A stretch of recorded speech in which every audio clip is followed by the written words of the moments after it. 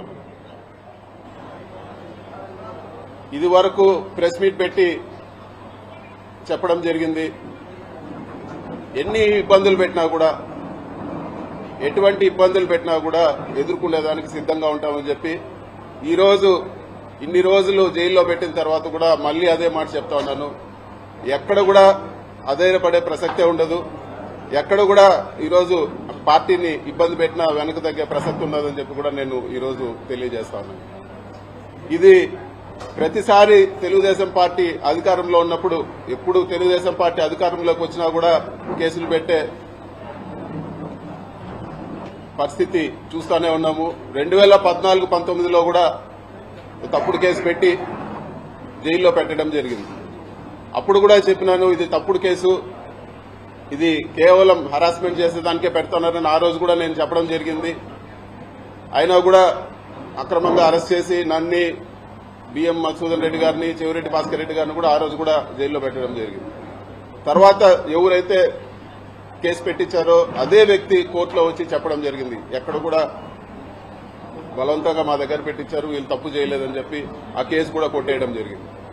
అంతేకాదు, అంతకుముందు తెలుగుదేశం అధికారంలో ఉన్నప్పుడు కూడా నేను ఇంజనీరింగ్ కాలేజ్లో చదివేటప్పుడు కూడా నా జీవితంలో మొట్టమొదటి కేసు పెట్టింది తెలుగుదేశం ప్రభుత్వం. తెలుగుదేశం ప్రభుత్వం ఎప్పుడున్నా కూడా ఇటువంటి హరాస్మెంట్ చూస్తూనే ఉన్నాము. ముఖ్యంగా ఈ జైల్లో ఉన్నన్ని రోజులు కూడా ఈ కష్టకాలంలో అండగా నిలబడిన మా పార్టీ అధ్యక్షులు జగన్మోహన్ రెడ్డి గారికి, అదేవిధంగా మా పార్టీ గౌరవ పెద్దలకు, మా పార్టీ క్యాడర్కి అందరూ కూడా వెన్నంటుండి సపోర్ట్ కొన్న ప్రతి అందరికి కూడా మనస్ఫూర్తిగా నేను ధన్యవాదాలు తెలియజేస్తా ఉన్నాను. ఈ కేసు పెట్టి సాధించింది ఏమీ లేదు, ఒక పైశాచిక ఆనందం పొందడం తప్పితే, అదేవిధంగా మా తల్లిదండ్రుల్ని మానసికంగా వేధించడం ఒకటి సాధించినారు తప్పితే ఈ కేసు వల్ల సాధించింది ఏమీ లేదు. కోర్టు నుంచి వెసులుబాటు పొందిన తర్వాత కేసు వివరాలన్నీ కూడా వివరంగా మరొకసారి నేను మాట్లాడతానని చెప్పి కూడా మీకు అందరు కూడా తెలియజేస్తా ఉన్నాను.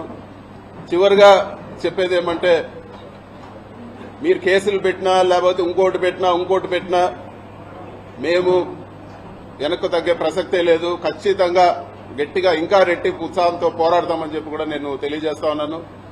ఎక్కడ కూడా వైఎస్ఆర్ పార్టీ క్యాడర్ కానీ లేకపోతే నాయకులు కానీ ఎక్కడ కూడా అధైర్యపడే పరిస్థితి ఉండదని చెప్పి కూడా నేను తెలియజేస్తా ఉన్నాను. ఇవన్నీ కూడా ప్రజలు గమనిస్తా ఉన్నారు.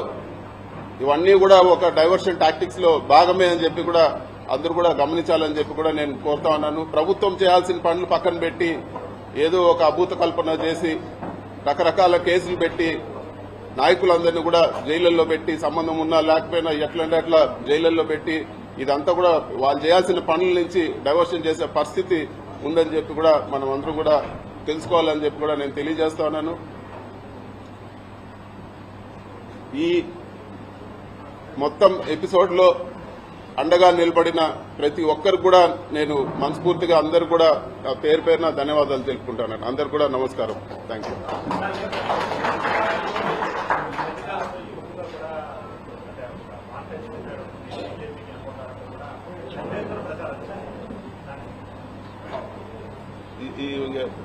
దానికి అర్థమే లేదు. ఇవన్నీ కూడా కట్టుకథలు. తెలుగుదేశం నాయకులు కావాలని బురద కొట్టే పని కానీ దీనికి నేను సంజయ్ చేసినా కూడా అర్థమే లేదు.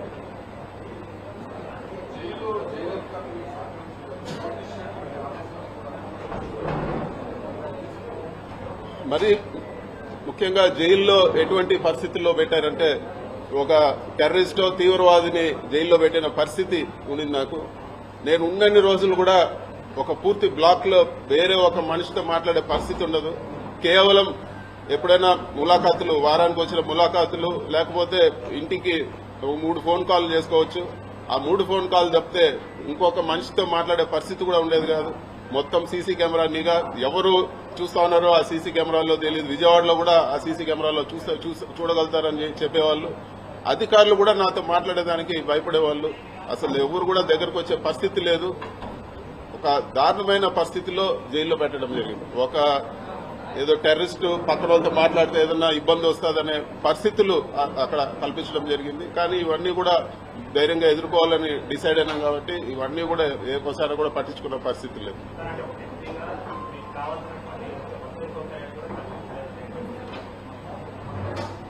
కోర్టు వసతులు కల్పించే విషయంలో కోర్టు ఆదేశాలు ఇచ్చే వరకు, కోర్టు నుంచి ఆదేశాలు ఇచ్చే వరకు ఏ ఒక్క వసతి కూడా జైల్లో కల్పించలేదు.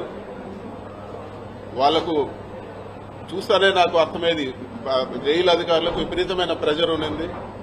వాళ్ళు ఏ ఒక్క వసతి కూడా కోర్టు నుంచి ఆదేశాలు రాకుండా ఏ ఒక్కటి కూడా కల్పించలేదు. ఇవ్వాల్సిన బేసిక్ రిక్వైర్మెంట్ కూడా అవన్నీ కూడా వచ్చిన ఫస్ట్ కోర్టు ఆర్డర్ వచ్చే వారం 10 రోజుల వరకు అస్సలు ఏ ఒక్క సహకారం కూడా లేదు. ఇవ్వాల్సిన ఫెసిలిటీస్ కూడా, మిగతా ఖైదీలకు ఇచ్చే ఫెసిలిటీస్ కూడా నాకు ఇవ్వలేదు.